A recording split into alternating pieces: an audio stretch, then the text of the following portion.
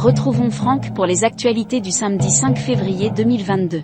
Bonjour Sophie, quels sont les 3 thèmes que Franck aborde aujourd'hui en ce lundi 7 février? Mon cher Nicolas, Franck aborde 3 sujets. Le premier sera: Poutine n'a pas besoin de Macron pour se décider. Ensuite, 700 milliards de dettes en 5 ans. et il finira par: La République exemplaire qui sacrifie ses enfants. Bon visionnage. Bonjour à tous, bienvenue sur Franck Info, ravi de vous retrouver, l'actualité vue par Franck Muller. Oui, c'est moi, et nous sommes lundi 7 février. Merci pour vos commentaires, vos interrogations.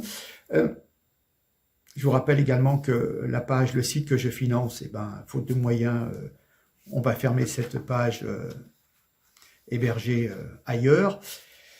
Voilà, les gens sont sur YouTube, écoutez, on va essayer de modérer les propos pour ne pas être supprimés, avoir notre chaîne supprimée par YouTube. Bref, on va parler de Macron, évidemment, qui ne parle pas de son bilan, et le chef de l'État multiplie les voyages à droite, à gauche, il s'agite, et puis il prend plein de décisions pour le prochain quinquennat, mais je ne comprends pas, ça fait quand même 5 ans qu'il est au pouvoir, et il fait le constat de certaines choses, en nous promettant de faire ce qu'il n'a pas fait durant 5 ans. Bref.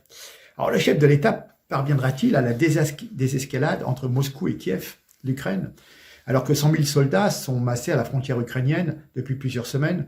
Emmanuel Macron va se rendre, je crois, aujourd'hui et demain, donc en Russie, Ukraine, voilà. Mais ça a peu de chance d'aboutir. Comment peut-on faire croire à la population qu'il va résoudre la crise ukrainienne en allant voir M. Poutine, Depuis plusieurs semaines, les Ukrainiens se préparent à une possible invasion de leur territoire par la Russie. Certains préparent leurs sacs d'urgence, d'autres apprennent le maniement des armes et des explosifs. Tout le monde sait que M. Poutine n'a besoin de personne pour prendre une décision qui lui appartient et sur laquelle on n'a de toute façon aucune manière de peser. Il le recevra par politesse, mais il fera ce qu'il veut. C'est une partie d'échec. Emmanuel Macron peut aller 10 fois voir Poutine, mais quand Poutine prendra sa décision, il réfléchira s'il a le plus à gagner ou à perdre, en faisant référence aux possibles sanctions économiques et aux désordres que cela pourrait provoquer à l'est de l'Europe. De toute façon, je vais vous passer 20 secondes d'images qui sont assez connues de Macron et Brigitte à l'Élysée. Donc, imaginez-vous que ce sinistre personnage va aller voir Poutine. Et vous, si Poutine a ces images devant les yeux, il va dire, mais Coco, va faire de la musique à l'Élysée, mais viens pas de me parler de géostratégie. On est d'accord? Bon, allez, on se regarde 20 secondes de Poutine, de Macron à l'Élysée, et puis voilà, la Gay Pride, j'appelle ça. Allez, à tout de suite.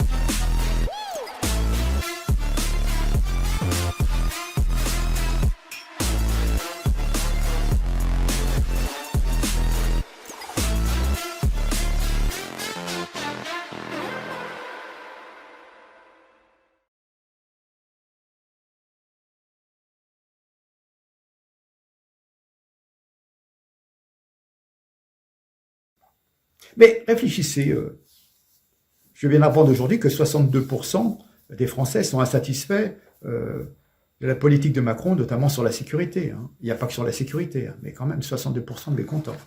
Comment fait-il pour avoir 24% dans les sondages, 24% de favorables? Bref. Je rappellerai qu'on nous a gonflé avec les 7% de croissance en 2021. Il faut quand même se rappeler qu'on a perdu 8% en 2020. Oui. On a trouvé le moyen d'augmenter la richesse nationale, donc de 170 milliards, mais cette richesse a été financée par un déficit de 173 milliards. Donc, en fin de compte, c'est une croissance bidon. On emprunte pour le remettre sur le marché et ça donne l'impression d'une croissance, mais chaque fois, on s'endette pour faire cette croissance. Voilà. Hein. Donc, c'est de la dépense publique. Voilà. Je tiens à rappeler ces simples chiffres. 700 milliards de dettes nouvelles sur 5 ans grâce à Macron. Nous sommes les seuls en Europe à avoir emprunté 700 milliards d'euros en dette. D'accord? On est les seuls. Hein. La crise a été pour tout le monde, mais la France a emprunté 700 milliards. Bon, étant donné que les élections présidentielles, il y a vraiment une sauce financière très délicate que subit la France.